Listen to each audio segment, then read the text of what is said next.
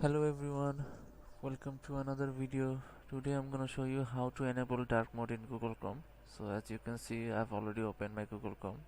Here in the search engine, type chrome //flex and enter. Here search dark. As you can see, it's already shown. Make it as enable and relaunch the app. So now as you can see, click on the new tab. If I want to go to like HP, it's in black mode, and if you want to disable it again, click on default, relaunch the app, it will get back to the previous one.